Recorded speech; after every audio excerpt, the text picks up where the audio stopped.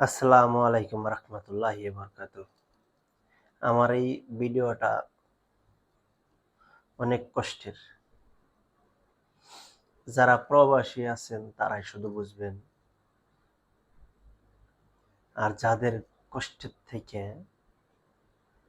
বড় হওয়া, কষ্টে থেকে বড় হওয়া, তারা বুঝবেন। আমার বয়স হয়তো 40 বছর চলতেছে এখন, এরকম আর কি। তবে আজকে থেকে 16-17 বছর আগে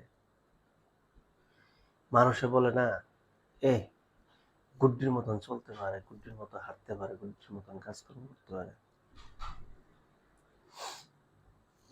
তখন এত সুন্দর শরীরের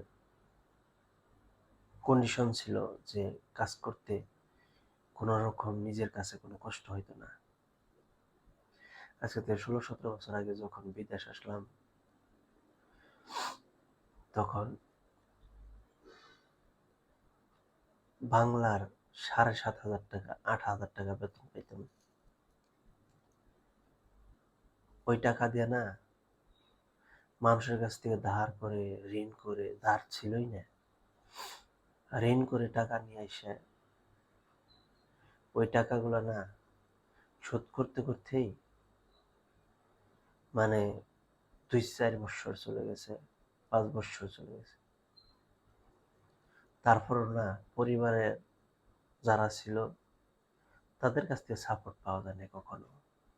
তারা সাপোর্ট করবে কোথা থেকে? তাদের কাছে তো নাই।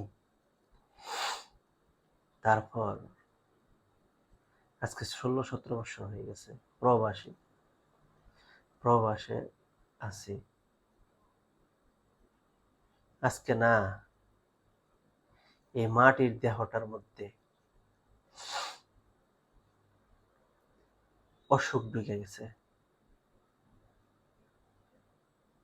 হ্যাঁ, গ্যাস্ট্রিকের ট্যাবলেট খাইতে হয় দৈনিক, হাই প্রেশারের ট্যাবলেট খাইতে হয় দৈনিক, প্রতিদিন। যখন না এই যে কাশ হয়, এতটা কষ্ট লাগে, মনে হয় 2টা কাশ দেওয়ার পরে মাথাটা ঘুরান দিয়ে পড়ে যাবো আমি, এতটা কষ্ট হয়।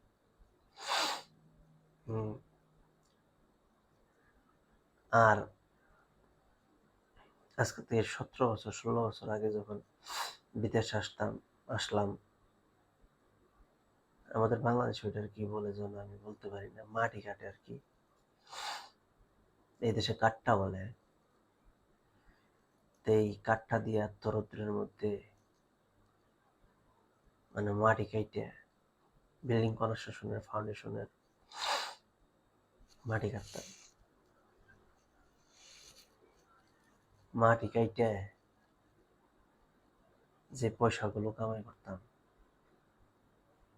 মনে ভাবতাম বা বিশ্বাস ছিল আল্লাহ সুবহানাহু ওয়া তাআলা মনে হয় 1 টাকার থেকে 10 টাকা আমাকে বরকত দিবে, এত কষ্টর টাকার মধ্যে। দিয়েছে কিনা আমি জানি না, তবে আমি এখনো স্বাবলম্বী হতে পারিনি। 2 বেলা 2 মুঠো ডাল ভাত এখনো খেতে হয়।